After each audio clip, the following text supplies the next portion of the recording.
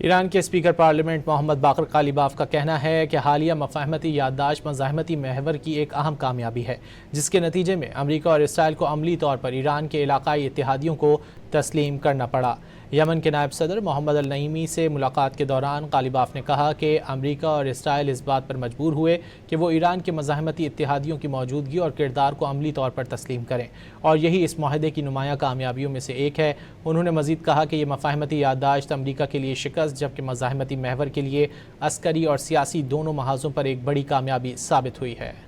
ایران کے speaker parliament محمد باقر قالیباف کا کہنا ہے کہ حالیہ مفاہمتی یادداشت مزاحمتی محور کی ایک اہم کامیابی ہے، جس کے نتیجے میں امریکہ اور اسرائیل کو عملی طور پر ایران کے علاقائی اتحادیوں کو تسلیم کرنا پڑا۔ یمن کے نائب صدر محمد النعیمی سے ملاقات کے دوران قالیباف نے کہا کہ امریکہ اور اسرائیل اس بات پر مجبور ہوئے کہ وہ ایران کے مزاحمتی اتحادیوں کی موجودگی اور کردار کو عملی طور پر تسلیم کریں، اور یہی اس معاہدے کی نمایاں کامیابیوں میں سے ایک ہے۔ انہوں نے مزید کہا کہ یہ مفاہمتی یادداشت امریکہ کے لیے شکست جبکہ مزاحمتی محور کے لیے عسکری اور سیاسی دونوں محاذوں پر ایک بڑی کامیابی ثابت ہوئی ہے۔